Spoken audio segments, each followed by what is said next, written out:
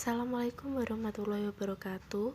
Kami dari kelompok 3 akuntansi syariah akan mempresentasikan materi mengenai sistem keuangan syariah. Anggota kelompok 3 terdiri dari yang pertama Nadila Kurnia Agustin, yang kedua Muhammad Faiz Zainul Muntaha, yang ketiga Denis Musklifara, dan yang keempat Diana Nurlaili. Subbab yang akan kami bahas mengenai konsep kepemilikan harta dalam Islam, berikutnya konsep memelihara harta kekayaan, yang ketiga transaksi yang dilarang dalam Islam, selanjutnya rekayasa permintaan, dan yang terakhir prinsip sistem keuangan syariah. Saya akan menjelaskan mengenai konsep kepemilikan harta dalam Islam. Harta merupakan sesuatu yang bisa dimiliki dan dikuasai oleh satu orang atau lebih, baik benda berwujud maupun benda tidak berwujud. Berikut yaitu konsep memelihara harta kekayaan. Menurut Mahasyid Syariah, ada 3 hal yang perlu diperhatikan untuk menjaga atau memelihara harta kekayaan dalam kegiatan muamalah, yaitu yang pertama pencatatan, yang kedua persaksian, dan yang ketiga dokumentasi. Hal tersebut dilakukan untuk menghindari kekeliruan yang sangat berisiko terjadinya fitnah. Dilarang dalam Islam. Dalam bahasa Arab, transaksi sering disebut sebagai al-mu'amalat. Secara umum, transaksi merupakan hukum-hukum tentang perbuatan dan juga hubungan-hubungan sesama manusia mengenai harta, kekayaan, hak, dan penyelesaian sengketa tentang hal-hal tersebut dalam rangka memenuhi kebutuhan sehari-hari mereka dengan berpandukan syariah. Dapat diketahui bahwa sumber hukum transaksi dalam Islam itu adalah Al-Quran, Al-Sunnah, dan juga Ijtihad. Jenis-jenis transaksi yang dilarang dalam Islam. Yang pertama adalah membuat dan menjual barang-barang yang najis seperti halnya bangkai, babi, anak anjing, serta arak. Barang-barang tersebut adalah haram karena Rasulullah SAW telah bersabda, sesungguhnya Allah SWT itu mengharamkan suatu barang, maka harganya pun juga haram. Hadis riwayat Ahmad dan Abu Daud. Yang kedua yaitu membuat barang-barang yang tidak bermanfaat dalam Islam, yang membawa kepada maksiat atau yang mendatangkan kelalaian hingga menyebabkan seorang individu itu lalai atau lupa untuk beribadah kepada Allah SWT. Dan yang ketiga yaitu transaksi yang mengandung unsur riba, gharar, serta perjudian. Apapun dalam jual beli yang mengandung riba itu jelas-jelas haram. Istilah riba itu sendiri berarti pengambilan tambahan dari transaksi yang dilakukan dengan cara yang bertentangan dengan aturan maupun syariat Islam. Dalam surat Al-Quran yaitu Allah telah menghalalkan jual beli dan mengharamkan riba. Quran surat Al-Baqarah ayat 275. Jenis-jenis riba yang pertama adalah riba hard, riba pinjaman, yaitu riba pada bunga dari pinjaman uang yang telah ditetapkan pada permulaan kontrak hutang oleh pemiutang ataupun kreditur. Yang kedua adalah riba jahiliyah, yaitu suatu riba yang berupa bunga terhadap hutang yang dipersyaratkan ketika akad berhutang terjadi atau apabila penghutang gagal membayar pinjaman pada kurun waktu yang telah ditetapkan. Yang selanjutnya yaitu riba fard, merupakan pertukaran suatu barang ribawi yang sama rupa dan bentuknya. Dan selanjutnya yaitu riba nasi'ah, merupakan riba yang terjadi dalam kegiatan jual beli yang dilakukan secara kredit atau tidak secara tunai. Dan yang kedua adalah gharar. Gharar itu sendiri artinya keraguan, tipuan, atau tindakan yang bertujuan untuk merugikan pihak lain. Suatu akad mengandung unsur penipuan karena tidak ada baik mengenai ada atau tidak adanya objek akad, besar kecilnya jumlah maupun menyerahkan objek akad tersebut.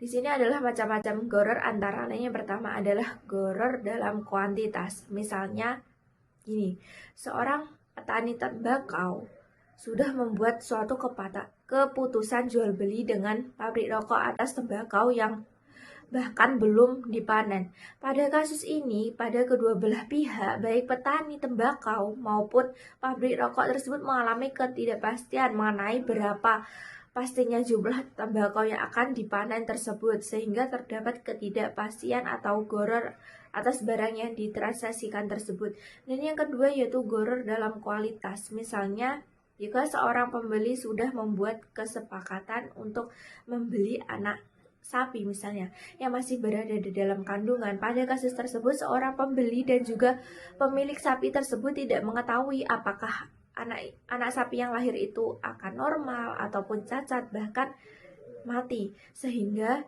terdapat ketidakpastian juga akan barang yang diperjualbelikan.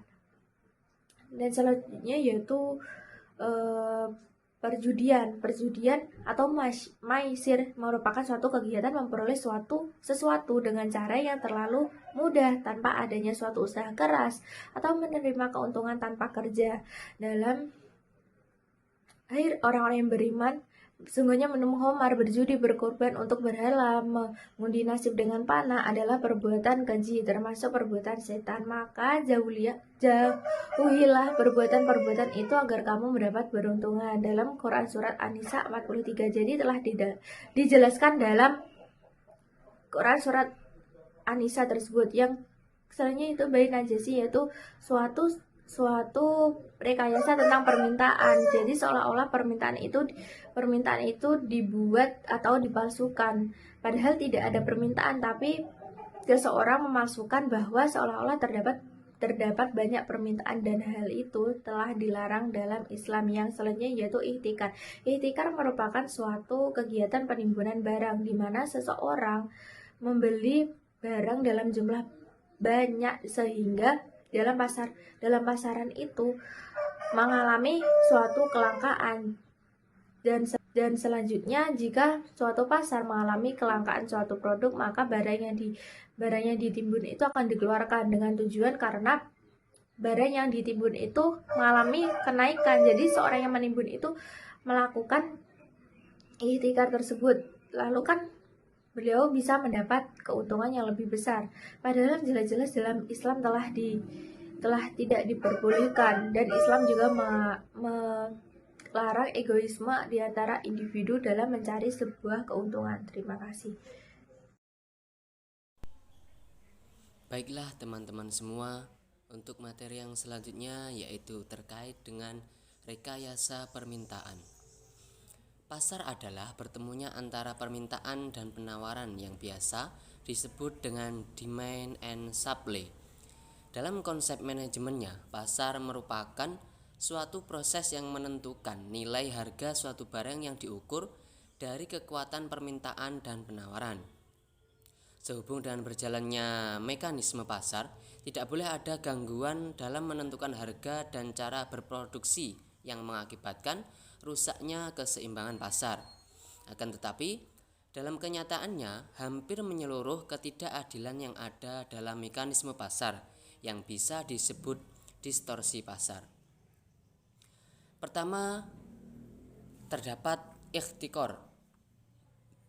Ihtikor yaitu melakukan penimbunan barang dengan tujuan spekulasi sehingga ia mendapatkan keuntungan besar di atas keuntungan normal, atau dia menjual hanya sedikit barang untuk mendapatkan harga yang lebih tinggi sehingga mendapatkan keuntungan di atas keuntungan normal. Hal ini sangat dilarang dalam syariat Islam. Larangan ihtikor ini terdapat dalam sabda Rasulullah SAW. Dari Muammar bin Abdullah bin Fadlah berkata bahwa aku mendengar Rasulullah SAW bersabda, tidak melakukan ihtikor kecuali orang yang bersalah atau berdosa. Hadis riwayat Tirmidzi. 3 unsur yang mendasari suatu kegiatan dapat digolongkan dalam kategori ihtikor. Di antaranya yang pertama yaitu mengupayakan adanya kelangkaan barang, baik dengan cara menimbun stok atau mengenakan entry barriers. Kedua, menjual dengan harga yang lebih tinggi dibandingkan dengan harga sebelum munculnya kelangkaan. Ketiga, mengambil keuntungan yang lebih tinggi dibandingkan keuntungan sebelum komponen 1 dan 2 dilakukan. Jadi, itu tadi termasuk unsur-unsur yang dapat kita menyimpulkan bahwa hal tersebut termasuk ihtikor atau bukan. Untuk selanjutnya yaitu terdapat bai' najasi. Najasi adalah sebuah praktek dagang di mana seseorang pura-pura menawar barang yang didagangkan dengan maksud hanya untuk menaikkan harga agar orang lain bersedia membeli dengan harga itu. Ibnu Umar radhiyallahu an berkata, Rasulullah SAW melarang keras praktek jual beli najasi. Di dalam hadis yang diriwayatkan oleh Tirmidzi, Rasulullah SAW bersabda, janganlah kamu sekalian melakukan penawaran barang tanpa maksud untuk membeli. Hadis riwayat Tirmidzi. Transaksi najasi diharamkan dalam perdagangan karena si penjual menyuruh orang lain memuji barangnya atau menawar dengan harga yang lebih tinggi, agar orang lain tertarik pula untuk membelinya. Si penawar sendiri tidak bermaksud untuk benar-benar membeli barang tersebut. Ia hanya ingin menipu orang lain yang benar-benar ingin membeli yang sebelumnya orang ini telah melakukan kesepakatan dengan penjual. Akibatnya, terjadi permintaan palsu atau false demand. Tingkat permintaan yang terjadi tidak dihasilkan secara ilmiah menurut faktanya. Terima kasih. Prinsip sistem keuangan syariah. Yang pertama itu ada pelarangan riba. Riba sendiri itu merupakan kelebihan atas suatu akibat penjualan ataupun pinjaman. Riba sendiri itu dilarang dalam agama Islam dikarenakan sistem riba ini hanya menguntungkan yang sebagai pemberi pinjaman atau pemilik harta tersebut, sedangkan untuk pengusaha tidak diperlakukan sama. Yang kedua, pembagian risiko. Risiko di dalam agama itu dianggap sebagai kondisi yang wajar karena kegiatan apa saja pasti akan adanya risiko yang timbul seperti dalam prinsip bisnis. Risiko ini perlu diperhatikan sejak awal perjanjian antara kedua belah pihak yang terlibat dalam suatu usaha agar kedua belah pihak tersebut saling membantu untuk bersama-sama memperoleh laba sehingga lebih mencerminkan keadilan. Yang ketiga, tidak menganggap uang sebagai modal potensial. Dalam Islam sendiri, uang tidak diperbolehkan dianggap sebagai komoditas, yaitu uang dipandang sebagai memiliki kedudukan yang sama dengan barang yang dijadikan sebagai objek transaksi untuk memperoleh keuntungan. Yang keempat, larangan melakukan kegiatan spekulatif. Spekulasi sendiri itu dilarang di dalam agama Islam.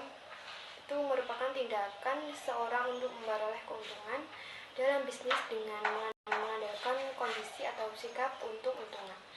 Spekulasi ini terjadi karena adanya ketidakjelasan mengenai apa yang terjadi di kemudian hari yang berdampak negatif dalam aktivitas bisnis. Untuk contohnya itu seperti judi dan taruhan. Yang kelima, kesucian kontrak. Kesucian kontrak ini diterapkan dalam akad pada setiap transaksi yang dilakukan, karena Islam menilai perjanjian sebagai sesuatu yang ingin tinggi nilainya, sehingga seluruh kewajiban dan mengungkapkan yang terkait dengan kontrak harus dilakukan untuk mengurangi risiko atas informasi yang asimetri dan timbulnya moral hazard. Dan yang terakhir yaitu aktivitas usaha harus sesuai syariah. Yang dimaksud harus sesuai syariah ini yaitu bersifat tidak zalim dan memiliki keadilan. Usaha yang dijalankan harus halal seperti jenis produk yang dihasilkan, kemudian cara memperolehnya harus yang halal.